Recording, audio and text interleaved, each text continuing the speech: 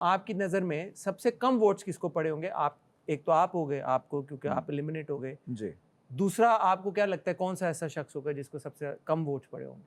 मुझे लगता है कि सारा नीलम हो सकता है, मगर अगेन ये हमारी घर में रहने वालों का है, मुझे नहीं पता बाहर मुझे क्या पता हो रहा है, सारा नीलम मुझे लगता है। देखें, ये सवाल पूछने का मकसद भी उवैस यही है, मैं ये जानना चाहता हूँ, ये समझना चाहता हूँ कि घर के अंदर कंटेस्टेंट्स का क्या पॉइंट ऑफ व्यू है, वो गेम को किस तरह से देखते हैं, वो अपने को कंटेस्टेंट्स को कैसे देखते हैं, और बाहर तो क्योंकि मैं तो देख ही रहा हूँ, आई नो कि क्या कौन पॉपुलर है कौन पॉपुलर नहीं है, and audience also knows.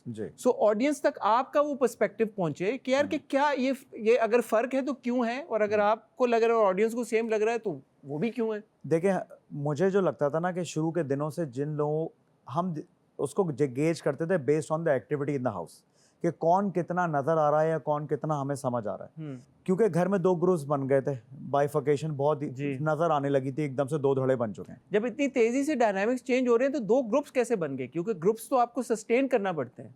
Right. तो इस सवाल का अब आप कैसे टैकल करेंगे जवाब? देखिए, उसमें हमें लगता था कि एक ग्रुप को ना सैफ लीड कर रहा था किसी हद तक।